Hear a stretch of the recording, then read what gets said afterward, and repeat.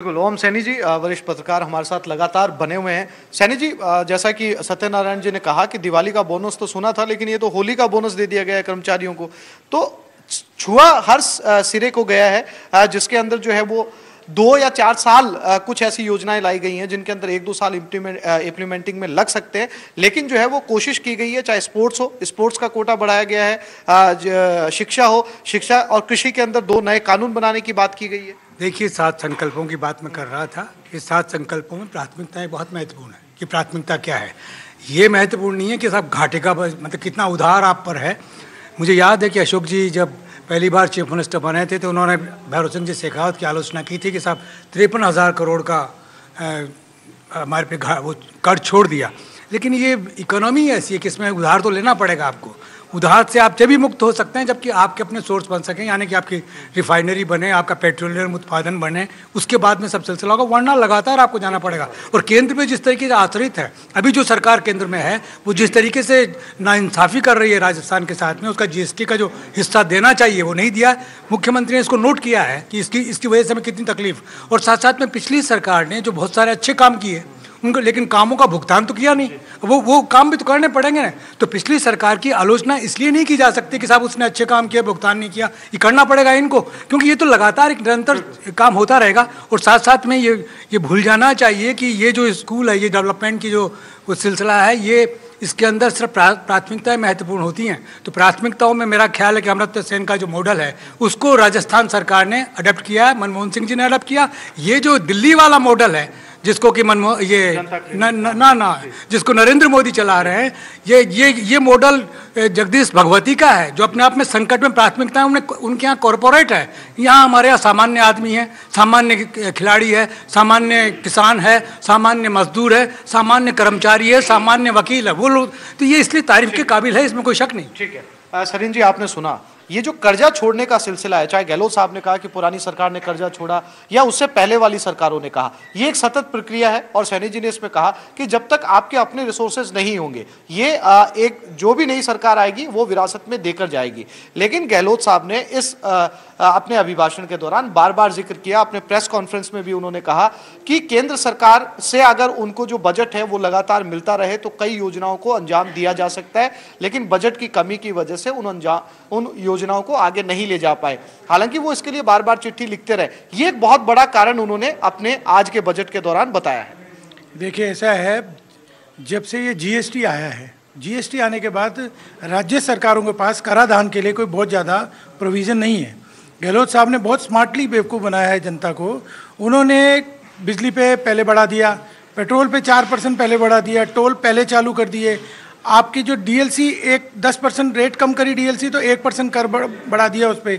बात वहीं उससे ज़्यादा ही हो गई। बल्कि रही बात केंद्र से मिलने की, 15वें वित्त आयोग में, इस बार 15वें वित्त आयोग में मैं गया था। 15वें वित्त आयोग में हमने भी राजस्थान का पक्ष रखा था और इस बार 15वें वित्त आयोग में ज़्यादा हिस्सा मिल रहा है राजस्थान को।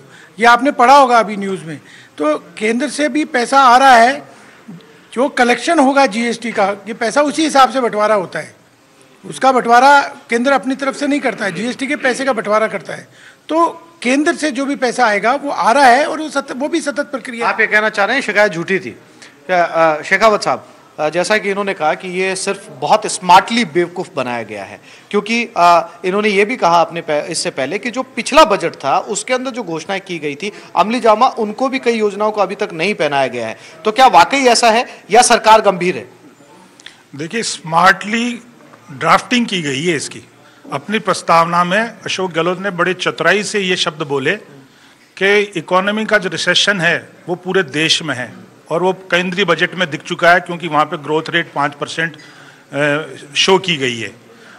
उनको करीबन 10,000 करोड़ के जो उनके ड्यूज थे राजस्थान गवर्नमेंट के, उन्होंने बोले अपनी प्रस्तावना में 2 मिनट के अंदर ही बोल दिया, वो हमें नहीं दिए जा रहे हैं।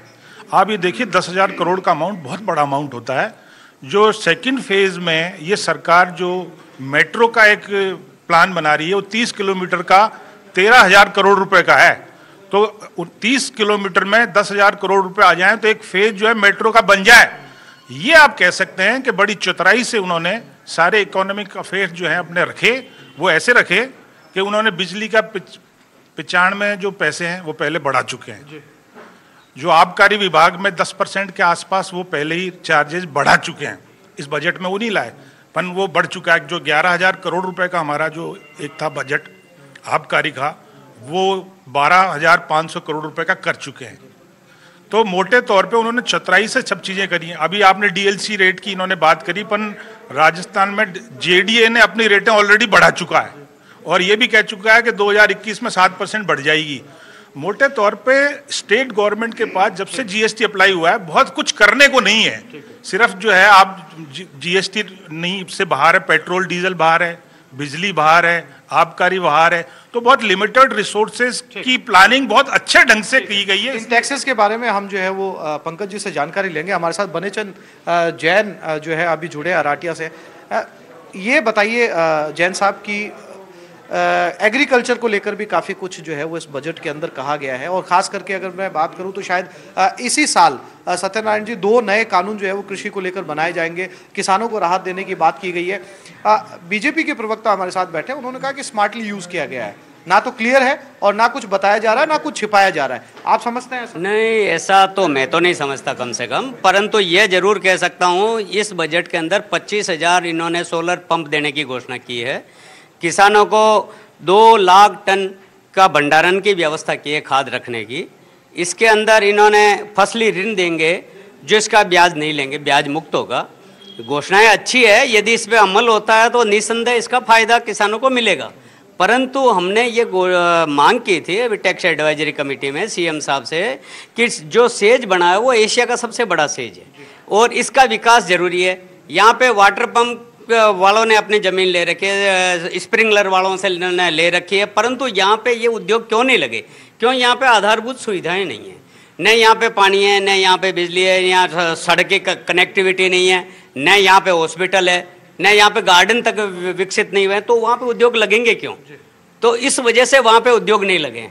एक हमारी ये मांग थी कि इस रोड पे आपने पिछले 20 साल से ज़मीन एक्वायर कर रखी है बस अड्डे के लिए हीरापुरा पे, परंतु उस पर जो भी सरकार आती है कोई कार्रवाई करती ही नहीं है।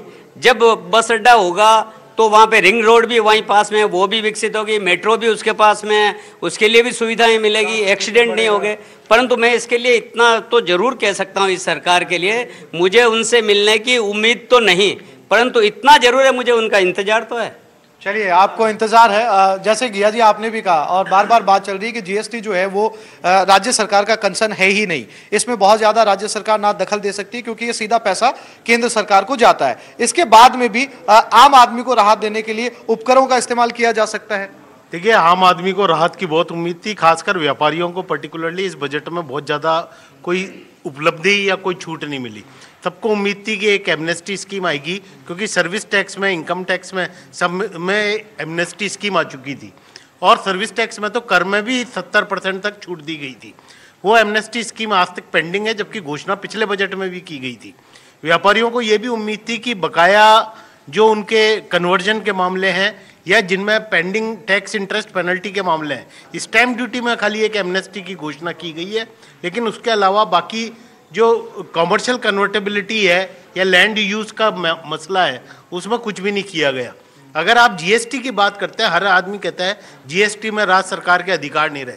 राज्य सरकार के पास बहुत अधिकार है, वो अपने स्टेट टैक्स में छूट दे सकती है, वो स्टेट टैक्स कम कर सकती है और जहाँ पर उनको छूट देनी है वहाँ पर वो जीएसटी काउंसिल में प्लीड करके स्पेशल डायरेक्टिव ले सकती है। लेकिन वो चीज़ अगर हम देखें तो राज्य सरकार बल्कि यहाँ पे कॉम्प्लिकेट कर रही है। व्यापार मंदा है, हम देख रहे हैं कि 5% जीडीपी कहते हैं, जो भी 5% रहेगा कि नहीं आज सोचने की बात है। इस समय व्यापारियों को संबल की जरूरत है, उनको इंटरेस्ट फ्री लोन या इंटरेस्ट सब्सिडी बैंक से दी जानी चाहिए। आपने कहा हमने रिप्स 2019 जारी की है जिसमें काफ़ी व्यवस्था दी गई है और ऋण माफ़ी दी गई, लेकिन वो सब उनके लिए है जो नया बिजनेस ला रहे हैं, जो एग्जिस्टिंग बिजनेस कर रहा है, जो राजस्थान में उद्योग लगाकर बैठा है, जो राजस्थान में ट्रेडिंग कर रहा है और जो इस समय मंदी को झेल रहा है, उसको सपोर्ट चाहिए राजस्थान गवर्नमेंट से। और राजस्थान गवर्नमेंट उसको सपोर्ट को नहीं देगी तो वाकई में रिसेशन की मार पड़ेगी। सैनी जी, एक बात जो है वो बार बार निकलकर सामने आ रही है, जैसा कि सरीन जी ने भी कहा, गिया साहब ने कहा, आपने अपनी पत्रकारिता के अनुभव में आज तक सैकड़ों बजट देखे, केंद्र के भी और राज्य के भी। ये कह रहे हैं कि ये सिर्फ घोषणा हुई है, पिछले बजट में भी सिर्फ घोषणा की गई है। ये घोषणाओं को अमली जामा पहनाने के लिए भी वास्तविक धरातल पर कुछ किया जाना चाहिए, क्योंकि अब बजट को घोषणा ही समझा जाने लगा है। नहीं, देखिए, ये अगर ऐसा होता है तो अब तक जो सरकारें इलेक्ट होती हैं, दोबारा शासन में आती हैं, फिर अपना बजट देती हैं, तो लोगों की नाराज़गी के बाद में तो आप शासन में रह नहीं सकते।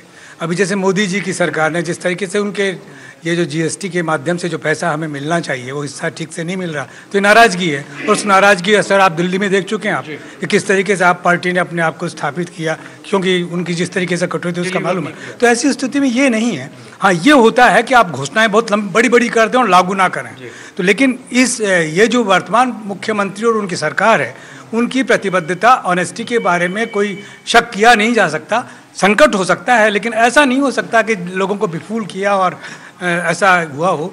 ये भी सही है कि जिस तरीके से बजट को ड्राफ्ट किया है उसमें ये तो नज़र आता है कि बड़ा कोई इकोनॉमिस्ट है जो अपने आप को स्थापित कर रहा है, और इसमें भी कोई शक नहीं, क्योंकि इकोनॉमिक्स में वो उन्होंने पीजी किया है। अशोक जी जो गहलोत चीफ मिनिस्टर हैं, तो उनका ये जरिया है। लेकिन लोगों को बेवकूफ बनाने का वो जादूगर होने के साथ साथ अर्थशास्त्री भी हैं जी। उन्होंने इस भी जानते हैं और अर्थशास्त्र भी जानते हैं। सरिन जी, ये लगातार चर्चा चल रही है, क्योंकि हमें ये पहलू पता था कि वो जो है वो इससे पहले थोड़ी बहुत मैजिकल टिप्स भी जानते थे। अब उन्होंने पीजी भी किया है अर्थशास्त्र के अंदर, इसलिए बहुत अच्छे से समझते होंगे अर्थशास्त्र को।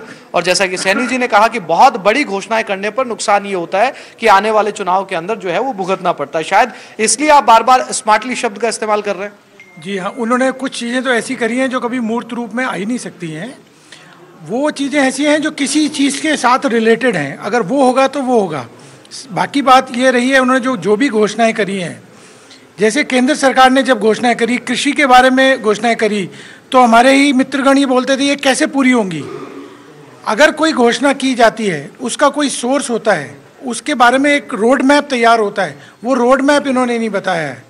एक रोड मैप हो कि हम इन घोषणाओं को इतने 1000 करोड़ देंगे तो इसको ऐसे हम पूरे करेंगे, वो इन्होंने कहीं नहीं बताया है। इन्होंने केवल उसको एक अपना चुनावी बजट समझ लीजिए, आगे चुनाव आने वाले हैं पालिकाओं के और इसके या पंचायतों समितियों के। ठीक है सरिन जी, मैं आपने बिल्कुल आसिफ, देखी जाए तो प्रतिक्रियाएं जो हैं वो आ भी रही हैं, और जो चर्चा कर रहे हैं हमारा गेस्ट पैनल जो चर्चा कर रहा है वो भी आगे जारी रहेगा। हम आपके पास फिर से आएंगे, और भी बहुत सारे सेक्टर्स हैं। शिक्षा की बात अभी होनी बाकी है, युवाओं के बारे में अभी जानना बाकी है। इन सभी बिंदुओं पर चर्चा करेंगे, आपके पास दोबारा आएंगे, लेकिन उससे पहले यहां रुकेंगे एक छोटे से ब्रेक के लिए।